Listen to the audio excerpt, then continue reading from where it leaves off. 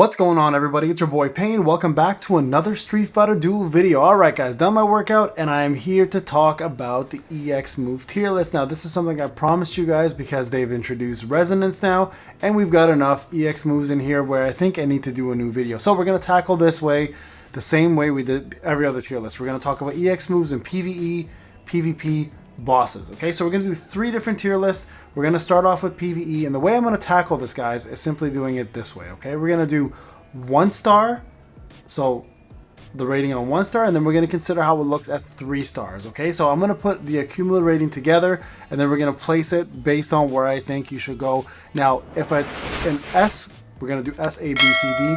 Usually I do SS, S plus, etc. I think with EX moves we don't need that nonsense. There's not enough of them out there to make it do to make you do that. So the criteria is going to be this: if you see S as a 1 star, if it's S, chances are you want to go for 3 star as well. Okay, and 3 star will unlock the resonance buff for the units, as well as its actual most powerful buff for the most part. Okay, so let's get into it. I'll talk to you guys about it. I'll explain each one as we go through it. Okay, we're going to start off with the A. So we're going to go with Hinder first, which is not Hinder, sorry, Chain of Guilt.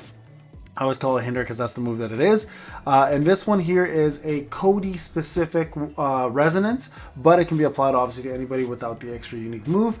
Now this one here, at the 1 star level, when you first unlock it, it whips the enemy target with the lowest HP, dealing damage equal to 260% of the highest attack on the deployed fighter, reducing their target speed by 15% by 15 for 8 seconds. So essentially you do damage to the highest attack unit, pretty much an assassinate with low damage quality obviously, but you do reduce the target speed, giving you the advantage after you pull off this EX move. So if the enemy's faster for 8 seconds, you can be a little bit faster with that 15 buff, right?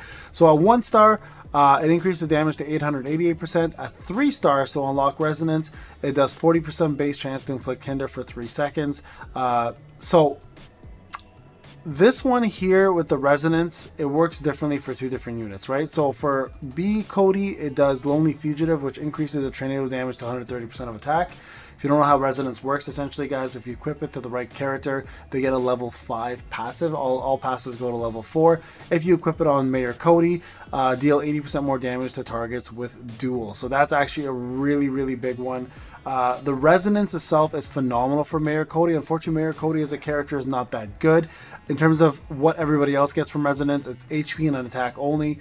So for this specific one, I'm going to give it a C, only because, and we may change this, only because it's not an AoE attack.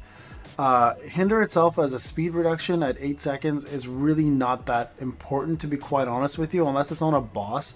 On PvE, I don't find it to be useful because for 90% of the time, you're faster with your Bizang or your Vega with fast chant on it.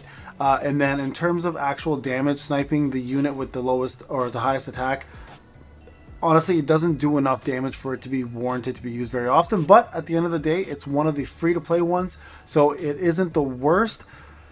But again, it applies to Mayor Cody, right? So we're going to move on to the next one here. So we're going to leave that at C for now. We might drop it. We'll see how it goes. But right now, that's going to sit on a C, okay? So that one you can leave at level 1. You don't necessarily need to go to level 3. But of course, you're going to collect these fragments over time through idle. And chances are you may eventually end up doing it anyway. So next up we're going to talk about Sakura's, which is going to be the Nature Advent. And that is your initial heal one, and that's this one right here. So we're going to put that over here. So this one here, actually at level 1, essentially what it does for you guys is restores 5% of max HP to all friendly fighters 4 times in a row. Effect can be shared in co-op mode as well too, which is great. So in co-op mode, what that means is there's some bosses that you share co-op mode with the rest of your battle zone or other people, and people can, if people have it equipped, you can actually share it with them and use it as well. All right, so level 1, units healed by this effect gain 10% defense for 8 seconds. So not bad. You get a little bit of a defensive buff. Level 3 increases the healing ticks to 5 rather than 4, so you get an extra heal out of it. So again, not a bad heal. A good oh shit button if you really need it. I've used it on my free-to-play all the time, and it saved my ass plenty of times. Now, as for Resonance, it gives you HP and defense, and it does apply to like B Sakura. And remember, guys, more of these variants come out, it'll also apply to them, right? So for base Sakura, it increases HP recovery to 250% of attack. So she's a healer. You'll get yourself a little bit of healing. Now, if you have Fashion Sakura, which is unfortunately a pay-to-win character, it increases her Hadoken damage to 350% of attack. So not a very good resonance, unfortunately, and the HP and defense really is going to apply to tanks more than anything else for survival. So we're going to also place this one a little higher just because it is used a lot more often at a B level. You don't need to get to level 3 for this to get the resonance, to be quite honest. It's really not worth it for the 2 characters that are out, especially for free-to-play, because most of you guys won't have Fashion Sakura, right? And 90% of people don't use OG Sakura outside of using her for food. So we're going to go ahead and put that in a B just because it is more useful than the Chain of Guilt. And then we'll move on to the next one here, which is going to be Ken's move. So let's go find that bad boy here. All right, now this I believe is called Crimson Lotus Flame. So this here is an AoE attack, deals flame damage equal to 200% of the team's average attack to all fighters on the field. Each strike has a 20% chance to inflict burn for 10 seconds. All right, so at level 1, it increases the damage to 220. So right away, it's close to the Chain of Guilt. So that's another reason why this should probably belong in D, to be honest with you. I'm going to toss it in D. And then a level 3 additionally increases the flame damage dealt by allied fighters by 12% for 6 seconds. So if you use like someone like Fashion Blanca or Dalsim, they'll do 12% more flame damage for 6 seconds. And also the beauty of that is it will stack with Fei Long's passive, which does another 12% flame damage. So you can do a total of 24% flame damage for 6 seconds, which is actually really good for bosses and also good for PvE and PvP. So this one here, the resonance applies to just OG Ken, so that's going to make it lose some points. It does give you HP on attack on anybody else, and then the level 3 resonance on the B Ken is HP threshold decreased by 45%, damage per second increases to 88%. So if you lose enough HP up to 45%, you'll gain increased attack. But again, nobody uses B Ken, so for that reason, it's going to sit on C right now. It is a great AoE attack for free to play. It does do burn, so you don't have to get this one at resonance 3 right now to take advantage of it. Although that flame damage at level 3 is kind of nice to have, but it's only 6 seconds and it can only be used maximum twice per fight. So keep that in mind before you go in on it. As you can see here, there's a little common trend. The A versions of these are not the greatest, right? So let's move on to Tanuki Whirl. This is probably its best one. Rolls into the battlefield, striking all enemy fighters multiple times, knocking them back a little bit, by the way, just so everyone knows. Each strike dealing damage equal to 55% of the team's average attack with a 6% base chance to armor break. So if you get level 1, increases damage to 60% of the attack, and then a level 3 at the start of the EX move, all allied fighters gain 10 speed and 8% damage bonus for 10 seconds, which is actually really good. So at level 3, this actually does pick up its usefulness quite a bit. As for resonance, unfortunately, again, dropping down a little bit because it is only for Ibuki at the moment, which gives her a 20% chance to additionally bleed. So for PvE, this is great on its own. The level 3 resonance is not required, but the level 3 deploy effect is actually really good because the fact that it gives you more speed, and the 8% damage bonus for 10 seconds is fairly high, so this will be used fairly often on all bosses. We'll give this the same quality level as a B here. So you can see here that kind of gives you where you need to be for that. Now, if other versions of Ibuki, as we know Summer Ibuki does exist, it's going to give her another passive trait as well at level 5, so this may change as the future units come out and they get affected by these. Okay, so keep that in mind as we're going through this. All right, next up, Crazy Potato. All right, Crazy Potato for PvE. Restores 5% of max HP to multiple allies within range. Keep that in mind. It is within range. And it grants them a shield equal to 10% of their max HP, lasts 8 seconds. Now, I want to focus on this. There's a very small range originally, okay? So you do have to be there. If you're knocked away from that, it doesn't apply to you. It'll mess you up. You won't get the heal or the shield. A star 1, you get increased shield to 12% on max HP. And keep in mind, someone like Summer Yang with SFS 30 will increase the shield effects of this as well. And then also level 2 increases the skill radius, which is very important, to be honest. And then level 3 increases damage reduction by 15% when the shield is active, which is really good, to be quite honest with you. Now, the resonance on this applies to Hugo. 18% chance to gain an additional potato upon taking damage. It does give you HP, attack, and defense. So for that alone, it's probably the best healing buff in the game, and it's going to get an A for that. Unfortunately, because of the radius and because the resonance only affects Hugo, who's not the greatest tank out there, it can't be anything higher than an A, only because, again, the radius is very small. The healing itself is only 5%. The shield itself is actually really good. But if you get it to 3-star, you get that 15% damage reduction while the shield is applied. So that part is really cool and will help you survive. All right, Vigilante. This one here is a really, really good one. Deals damage equal to 180% to the highest attack of deployed fighters. To all enemies, and leaves the drone behind. While the drone is present, it will fire a barrage whenever an allied fighter uses a skill, dealing damage equal to 55% of the highest attack of deployed fighters, and fills the super gauge by 50. Mouthful, but a really, really, really good one. So level 1 increases barrage damage to 60% rather than 55, sorry. And then at level 3, each drone increases the critical rate of all allied fighters by 5%. So really good in terms of that. My opinion, probably one of the best resonance out there. It applies to all 3 Chun-Lis. So Flame Chun-Li landing a crit has 70% chance to inflict flame penetration. She's constantly critting, so you're always going to land flame penetration.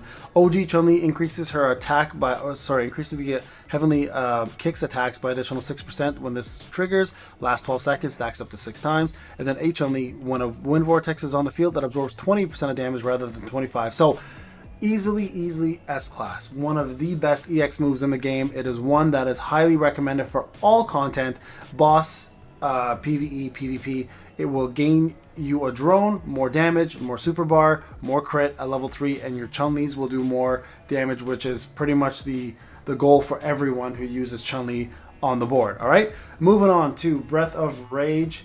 Okay. All right. So Breath of Rage, deploy effect. All current fighters lose 10% of their current HP and gain 10% attack and 10% crit for 8 seconds. Incredible DPS increase, by the way. Not for PvE as much, to be quite honest with you, but it can also take you out of that timeout pickle that you have sometimes. So can be very, very useful in fights where you can't beat a boss because they have too much HP. For example, Zangief's or Honda's, or sometimes even Bison's.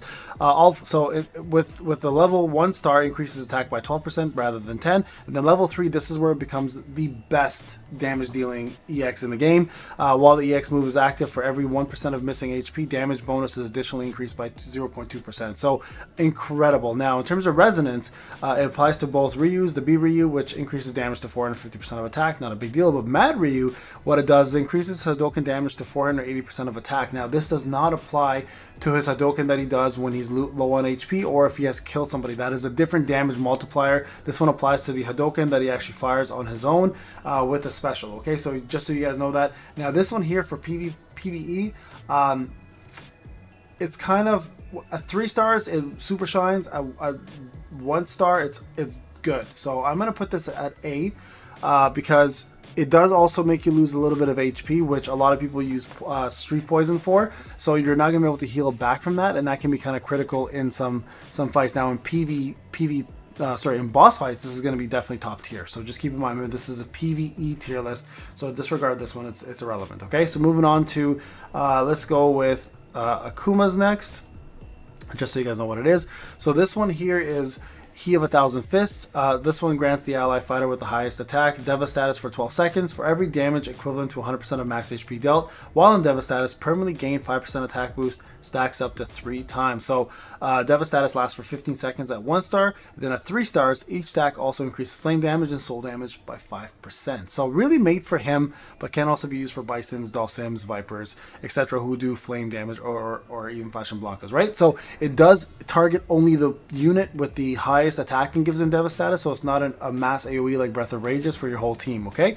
As for Resonance, it does give Akuma, Master of the Fist, increases damage dealt by 0.6% and reduces damage received for every 1% HP lost. Quite honestly, guys, for PvE, this is going to be a massive boost to Akuma or anyone who uses it, especially Akuma if you use them in PvE. So this one's going to get an S quality for this one for sure, just because it's a wild increase by Resonance as well as the level 3. So if you do plan to use this one, get it to 3. It'll change your life for bosses, PvE, and PvP, okay? Just so you're aware of that.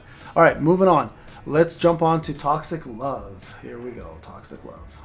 Okay, so this bad girl, I should say, is incredible. So deals damage to 270% of the team's average to the enemy in the front position with a 40% base chance to charm the target for 5 seconds. If you don't know what charm does, it moves the target over to your side, and then they stay there based on their own position, and then either the opponent hits them or they will go back and you'll interrupt the whole combo. So it can be used to interrupt combos as well. 1 star increases damage to 300%, but at 3 stars and 2 stars, this is really where it shines. 2 stars specifically increases base chance to inflict charm to 60% rather than 40, which is really what you want. And then if your charm is active at 3 stars, it'll actually reduce the defense of the target by 15%, so making them take way more damage by their own team and by you as well too. While it's active, right? So very important to be able to kill off opponents. The 3 star is really, really good. If you had a team 4 star, the charm lasts for 6 seconds instead of 5. Not a huge deal, but this does affect resonance for both poisons.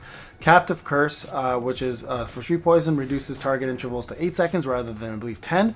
And then for regular poison, plus 35% crit damage when attacking a male fighter. So pretty damn crazy for both units. This is definitely a top tier PVE EX move for sure. So you want to push this one as far as you possibly can in PVE. It would probably be your most important one, to be quite honest, outside of Vigilante, and the next one coming up, which is going to be Gourmagala Ken's. Now this one is unique because if you haven't been part of the event, you can't get it. So it is still going to be on the list because it does exist, but this will apply for people who do have it. For those who don't, I apologize. Obviously, we are going to still talk about it, okay? So this one summons Gourmagala Blast, sending the enemy tag crashing into the ground, so which means the tag comes out from the 4th position into the actual battle, deals soul damage equal to 200% of attack to all enemies, inflicts Frenzy Virus as well too, and Frenzy Virus, essentially if the team fails to remove Frenzy Virus before it expires, all enemies will have their target reduced by 50%.